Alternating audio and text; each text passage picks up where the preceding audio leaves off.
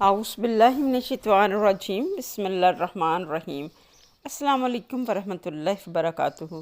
دوستو، آج کی اس ایپیسوڈ میں ہم جانیں گے کاہنان کی شکست اور گندم کے حصول کے لیے حکومت کے سامنے گھٹنے ٹیکنے پر مجبور۔ لاسٹ ایپیسوڈ میں ہم نے دیکھا زلیخا کی قابل رحم حالت، کاہن اعظم کا اس بات کو تسلیم کر لینا کہ یوزارسف نے عوام کے دل جیت لیے ہیں، یوزارسف کے خدا کی قدرت کی نشانیاں، یوزارسف کی ہر بات کا سچ ہونا اس بات کی دلیل ہے کہ اسے غیر مرئی حمایت حاصل ہے۔ کاہنان سب جمع ہوتے ہیں، میٹنگ کرتے ہیں اور کہتے ہیں قحط پر قابو پانا یوزارسف کی کامیابیاں آمون اور معبد آمون کے لیے ذلت کا باعث ہے۔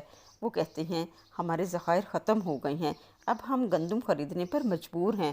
وہ گندم لینے جاتے ہیں تو دیکھتے ہیں کہ غریبوں کو گندم کا ایک پیمانہ ایک سکے کا دیا جا رہا ہے اور کچھ لوگوں کو گندم بالکل مفت دی جا رہی ہے۔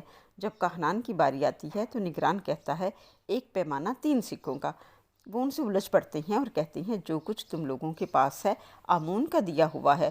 تو نگران کہتا ہے آمون کا نہیں، یوزارسف اور اس کے خدا کا دیا ہوا ہے۔ آمون تو اپنے کاہنوں کا پیٹ نہیں بھر سکتا، وہ ہمیں کیا دے گا؟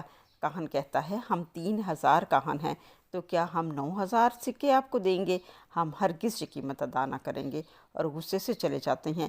وہ جا کر سارا واقعہ کاہن اعظم کو بتاتے ہیں۔ کاہن اعظم بہت غصہ کرتا ہے اور کہتا ہے اخناتون کے پاس جاؤ اور اسے کہو ہم اس سے ملنا چاہتے ہیں۔ اخناتون کے پاس جب یہ پیغام جاتا ہے تو اخناتون کہتے ہیں یوزارسف کو بلایا جائے، میں اکیلا ان کا مقابلہ نہیں کر سکتا۔ حضرت یوسف علیہ السلام کو بلا لیا جاتا ہے۔ کاہنان اور حضرت یوسف علیہ السلام دربار میں حاضر ہو جاتے ہیں۔ اخناتون کہتے ہیں کہیے آپ نے کیسے ہمیں یاد کر لیا؟ تو کاہن اعظم کہتا ہے ہم آپ کی خدمت میں جناب یوزارسف کی شکایت لے کر حاضر ہوئے ہیں۔ کیا یوزارسف کو یہ حق پہنچتا ہے کہ وہ کاہنان کو گندم درہم و دینار کی عوض فروخت کرے؟ حضرت یوسف علیہ السلام فرماتے ہیں کیوں نہیں، یہ گندم عوام کا سرمایہ اور ان کی برسوں کی محنت کا ثمر ہے، تو پھر کاہنان کو یہ گندم بلا معاوضہ کیوں دیں؟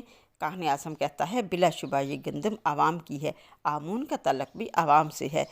کاہنان لوگوں کے ایمان کے محافظ ہیں، اگر آمون کی مدد آپ کے شامل حال نہ ہوتی تو کیا آپ اتنے وسیع پیمانے پر گندم کی ذخیرہ سازی کر پاتے؟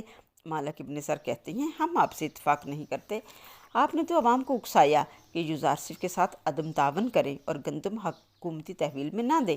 تو کاہن کہتا ہے یہ ساری غلط باتیں ہیں، ہم وقت آنے پر آپ کو ثابت کر دیں گے۔ کاہن اعظم کہتا ہے کیا یہ مناسب ہے کہ آپ آمون کے خدمت گزاروں کو 3 گنا زیادہ قیمت پر گندم دیں؟ اخناتون کہتے ہیں اس لیے کہ آپ صاحب ثروت ہیں، کیا ان معبد آمون کے خزانوں کے منہ نہیں کھلنے چاہیے؟ آمون کے خزانے کیا کڑے وقت میں کام نہیں آنے چاہیے؟ کاہن کہتا ہے لگتا ہے ہمارے خزانوں کو خالی کرنے کے لیے یہ بساط بچھائی گئی ہے۔ حضرت یوسف علیہ السلام فرماتے ہیں آپ کو کسی نے مجبور کیا ہے کہ آپ حکومت سے گندم خریدیں؟ کاہن اعظم کہتا ہے ہم کئی گنا کم قیمت پر گندم خرید سکتے ہیں۔ حضرت یوسف علیہ السلام فرماتے ہیں آپ ضرور کم قیمت پر گندم خریدیے، آپ بے شک ہمسایہ ملک سے گندم برآمد کریں۔ کاہن اعظم کہتا ہے امید ہے ہمارے اس اقدام کو حکومتی مفادات کے خلاف نہ سمجھا جائے گا۔ تو وہ وہاں سے چلے جاتے ہیں۔ وزیر کہتا ہے علی جان ان کا یہ اقدام حکومتی مفادات کے خلاف ہوگا اور آمون کی حیثیت کم نہ ہوگی۔ حضرت یوسف علیہ السلام فرماتے ہیں آپ پریشان مت ہوئیے، میں اپنے خداوند کی طرف سے وہ باتیں جانتا ہوں جو یہ کاہنان نہیں جانتے، یہ لوگ جلد ہی ہم سے گندم خریدنے پر مجبور ہو جائیں گے۔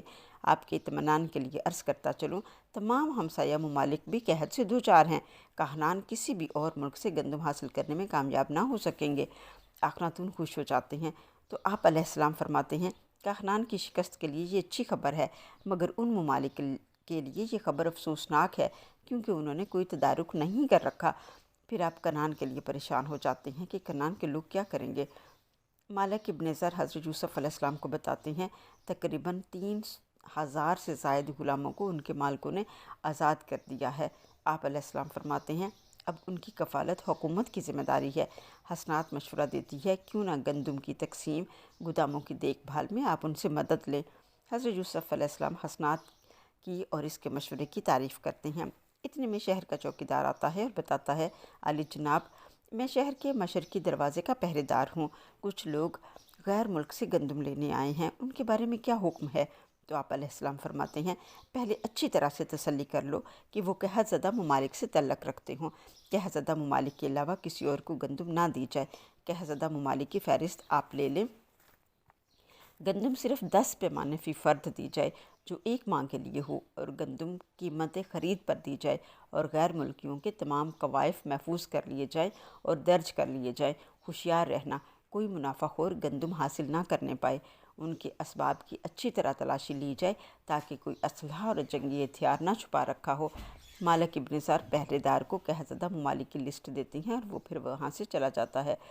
نیکسٹ ایپیسوڈ میں ہم جانیں گے کاہنان اخناتون اور جزارسف سے اپنی شکست کا انتقام کیسے لیتے ہیں اور وہ کہاں سے گندم حاصل کرتے ہیں۔ یہ جاننے کے لیے ہماری نیکسٹ ایپیسوڈ کا انتظار کریں۔